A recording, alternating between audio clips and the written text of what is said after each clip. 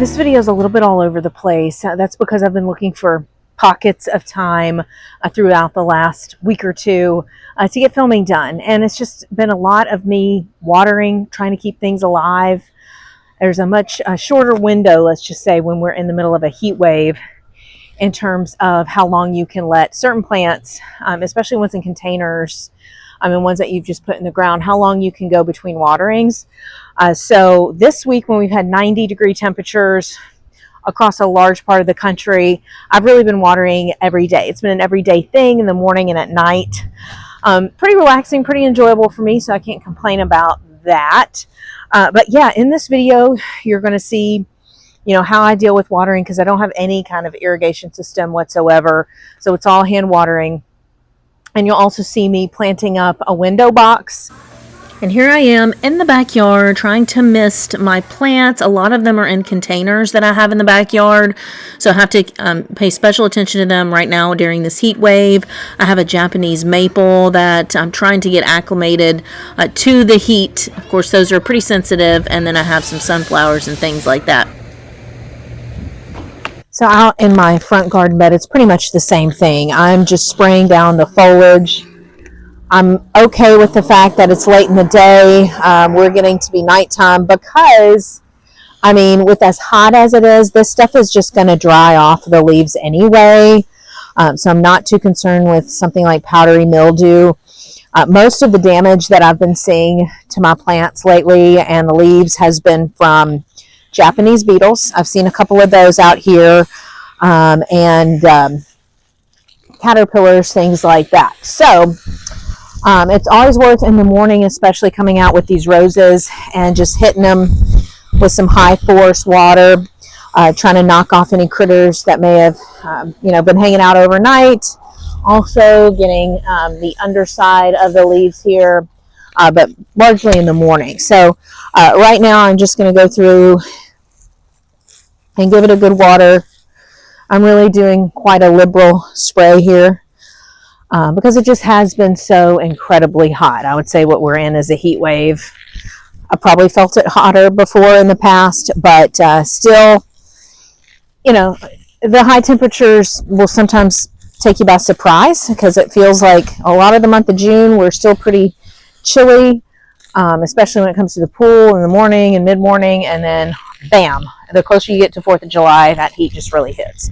A few hydrangeas that I planted in the last couple of weeks, they are really struggling in their location here in the front bed. We're on an incline, it gets good drainage, but late afternoon sun. So I'm going to hit these with some water every day. They're already showing some signs of stress, even though these were really strong plant starts that I put in the ground. I think as long as I just keep an eye on them, day to day, things can change in this type of heat. Case in point, Coleus was looking just fine yesterday. Absolutely, totally good. And today, we've got major leaf wilt because we're just totally dry. But yesterday I came out and checked, and the Coleus was fine. This is the Coleus that I rehomed in its own container. I took it out of the big planters in the front because there was some crowding going on. So I'm going to give this little guy some water and see if he perks back up. I'm sure he will. But yeah, whenever you see wilting like that, definitely a sign of heat stress, and give it some water. This is a west-facing side of the house, front of the house to be more exact. And yeah, full sun this time of day. So it's hot. These containers are looking just probably at their peak, honestly. Beautiful ballerina zinnia here. Just making sure I can see. Beautiful ballerina zinnia here. Alibracoa, creeping jenny, bachelor buttons, which I had to stay. Kind of gives a unique look there to that flower. Got a butterfly bush here that needs watering. Still haven't decided where to put this thing. Probably somewhere in the backyard. But yeah, I'm going to have to definitely water this every day while it's in this black container. That's kind of a thing you want to follow when things are in black containers in a heat wave. Pretty much water them every day, which is probably good advice. So anyway, I'm going to water these.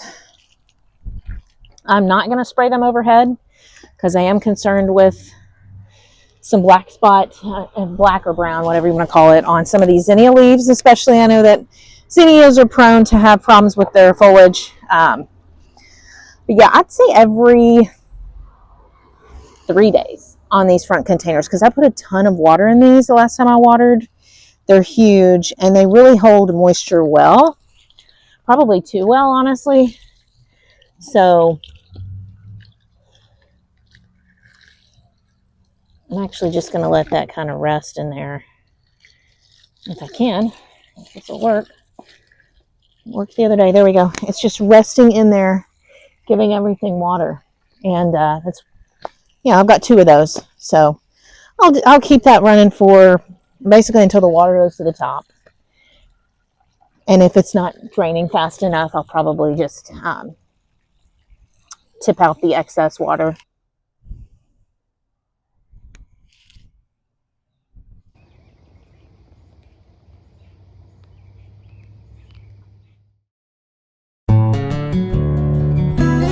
I'm going to be planting up this planter box.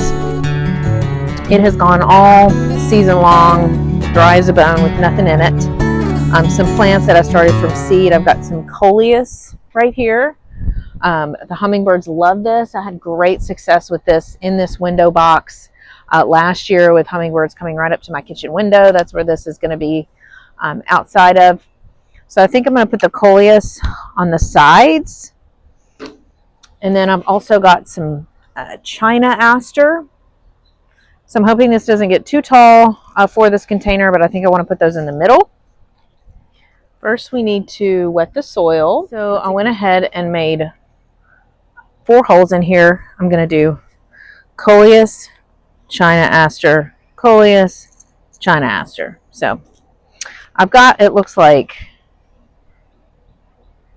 3 or 4 seedlings in here of China aster, and then I have 1, 2, 3. These look pretty strong and they seem like they've been thriving in the conditions where I've been hardening them off.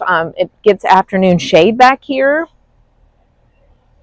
so I think these will do well. I think you know, having afternoon shade is probably important for most plants. I think in this case this will be definitely a good thing for the coleus, and I'm hoping with these asters as well. Just be really careful when you're getting your plant starts out of their little tiny containers, because you don't want to damage the roots. So try to do it gently. A lot of times with these, you don't know how they're going to transplant. This is not too terribly root bound. These are a little, hopefully that'll be okay. Yeah, that's what it looks like.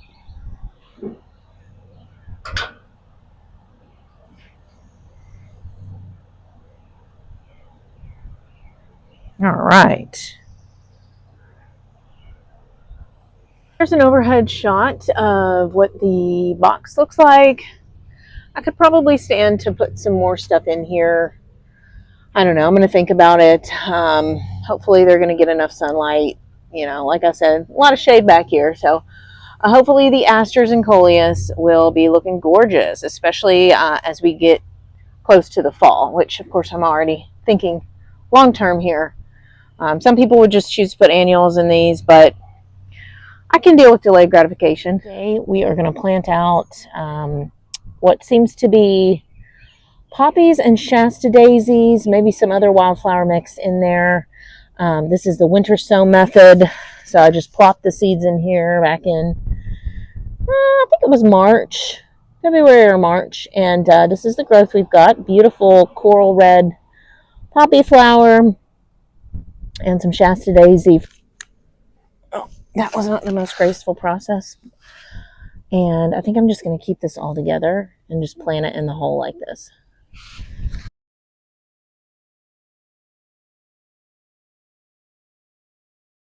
Got it. All my winter sow starts in the ground. I'm just going to give them a good water and pray for the best, because this bed is south facing, full sun. It does get afternoon shade, which is nice. So I feel like plants perform very well over here, even the drought tolerant ones, and the ones that need not great soil amending also perform well over here. So, you know, my hope is that this clump will spread. And just to give you some perspective, I've got this in the same bed as my obedience plant, which will get tall and hide this unsightly gas meter on the side of the house. That combined with Shasta Daisy Poppy, I think that'll be a good combo. I've got to get something going on the front of the border here. I've got to get this remulched as well, because obviously you can see the edging there. It looks pretty bad. Those are my hydrangeas. So yeah, still working on this border. Hopefully we will have a different, nice, lush view this time next year. Thank you guys for watching. Thanks for bearing with me as I try to get content out right now. Life is just crazy busy, and you know, it's really what I would consider to be the peak of summer right now. So once we come down off that peak into, I'd say after 4th of July, I'm going to take a breath, hopefully, and just try to enjoy myself a little bit more and have fun with these videos, because this one was one that I felt like I really had to crank out and pay deliberate attention to in order to get this video posted. Next video is not going to be too sexy, I must say. It's going to be about weed identification and tackling some poison ivy in my little space where my pine trees are growing here. So this is a recurring thing that I have to hand pick out every summer, it seems. Although the amount of poison ivy is not as large as it has been in the past. So that's good. Please like and subscribe, comment, share what you're doing right now to beat the heat and keep those plants looking happy. See you guys later.